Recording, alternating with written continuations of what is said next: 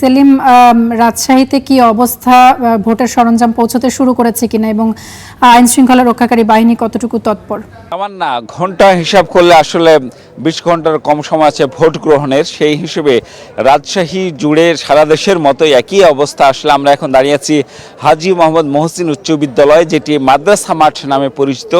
এই মাঠ থেকে আসলে ভোটের সরঞ্জাম বিতরণ করা হবে। এজন্য এরই মধ্যে রাজশাহীর যে 778টি ভোট কেন্দ্র রয়েছে এবং 4641টি ভোট কক্ষ রয়েছে, তাই সেই ভোট কক্ষ বা ভোট সেন্টারের ভোটের যে ভোট গ্রহণের যে সরঞ্জাম, ব্যালট সহ অন্যান্য যে সরঞ্জাম রয়েছে, সেই সরঞ্জামগুলো বিতরণ করা হবে এই মাদ্রাসা মাঠ থেকে। এজন্য এর মধ্যে প্রিজাইডিং অফিসাররা সহ আনসার সদস্যরা সহ সংশ্লিষ্ট কর্মকর্তা কর্মচারীরা আসছেন এবং তারা গাড়ি নিয়ে আসছেন। আর কিছুক্ষণ পর হয়তো 11টার পরপরই এই বিতরণ কার্যক্রম শুরু হবে। সেই অপেক্ষায় এখন চলছে এই রাজশাহী মাদ্রাসা মাঠে। এর বাইরে রাজশাহীর যে আরও 5টি আসন রয়েছে, সেই 5টি আসনের যে উপজেলা সদর আছে অর্থাৎ সহকারী রিটার্নিং কর্মকর্তার যে কার্যালয় আছে, সেখান থেকে একইভাবে একই টাইমে অর্থাৎ 11টার পর থেকে বিতরণ কার্যক্রম শুরু হবে। সেই কার্যক্রম শুরু হলে প্রিজাইডিং অফিসারের নেতৃত্বে কড়া নিরাপত্তার মধ্য দিয়ে সেই ব্যালট সহ ভোটের সরঞ্জামগুলো কেন্দ্রে কেন্দ্রে পৌঁছে যাবে এবং সেখানে সংরক্ষণ করা হবে বা সেখানে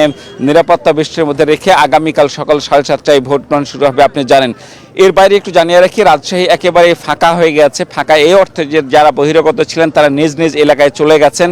এছাড়া পুলিশ এবারের প্রথমবারের মতো নির্বাচনে বডি অন ক্যামেরা ব্যবহার করছে এবং সেনাবাহিনী মাঠ পর্যায়ে অর্থাৎ উপজেলা পর্যায় পর্যন্ত সেনাবাহিনীকে কাজে লাগানো হচ্ছে। ফলে সব মিলে যে পরিস্থিতি একেবারে উৎসবমুখর পরিস্থিতির পাশাপাশি একেবারে কড়া নিরাপত্তা ব্যবস্থাও গড়ে তোলা হয়েছে এই ভোটকে কেন্দ্র করে।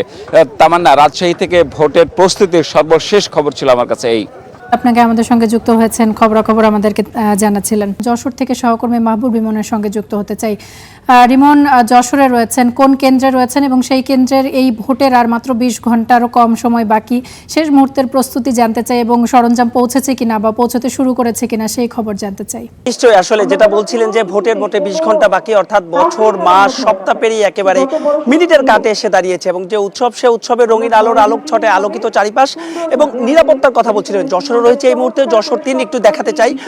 যশোর 3 অর্থাৎ যশোরের যে সদর আসন, সেই সদর আসনে রয়েছে এবং যে ভোট কেন্দ্রের যে সরঞ্জাম, সেই সরঞ্জাম পৌঁছানোর কাজও কিন্তু সকাল 10টা নাগাদ শুরু হয়ে যাচ্ছে। তবে যশোরের যে মোট 6টা আসন রয়েছে, সেখানে 23,39,055 জন ভোটার রয়েছে। তবে বাংলাদেশের অন্যতম ঝুঁকিপূর্ণ কেন্দ্রের মধ্যে কিন্তু যশোর একটা, অর্থাৎ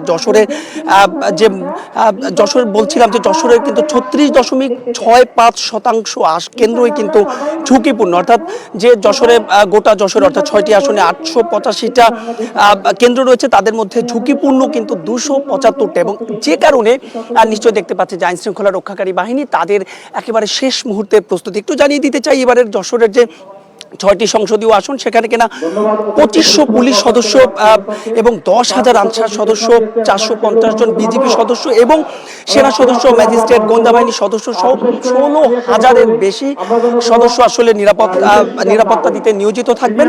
এবং এই যে 825টা আসনের কথা বলছিলাম, যেখানে কিনা 5,217টি ভোট কেন্দ্রে কিন্তু ভোট গ্রহণ হবে। যাদের সবকিছু মিলিয়ে একটা বিষয় বলতে চাই যে সবকিছু প্রস্তুতি সম্পন্ন।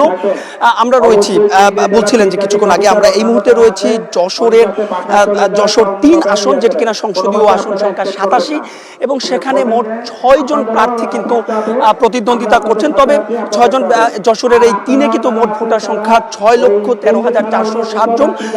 তবে এই যে 6 জন প্রার্থীর কথা বলছিলাম, মূল প্রতিদ্বন্দ্বিতা কিন্তু হবে, অর্থাৎ যশোর 3-এর কথা আবারও বলছি, বাংলাদেশ জাতীয়তাবাদী দল বিএনপির যিনি সমর্থিত প্রার্থী অনিন্দ্য ইসলাম অমিত এবং জামাত ইসলামের যিনি সমর্থিত প্রার্থী আব্দুল কাদের, মূলত এই দুজনের মধ্যে মূল প্রতিদ্বন্দ্বিতা হবে। এর বাইরেও আসলে ইসলামী আন্দোলন অর্থাৎ হাত পাখা মার্কার প্রার্থী রয়েছেন, জাতীয় পার্টির প্রার্থী রয়েছেন, জাতীয় গণতান্ত্রিক পার্টির প্রার্থী রয়েছেন, এছাড়াও কমিউনিস্ট পার্টির প্রার্থী রয়েছেন। সবকিছু মিলিয়ে প্রস্তুতি আসলে একেবারেই সম্পন্ন এবং বিভিন্ন কেন্দ্রে কিন্তু যে নির্বাচনী সামগ্রী সেটি পৌঁছাতে শুরু করেছে এবং হয়তো বলছিলেন যে 20 ঘন্টারও কম সময় বাকি রয়েছে, এবার শুধুমাত্র ভোটের অপেক্ষা। তো এই ছিল আমার কাছে যশোর থেকে নির্বাচনী প্রস্তুতির সবশেষ। রিমন, অসংখ্য ধন্যবাদ আপনাকে আমাদের সঙ্গে যুক্ত হবার জন্য।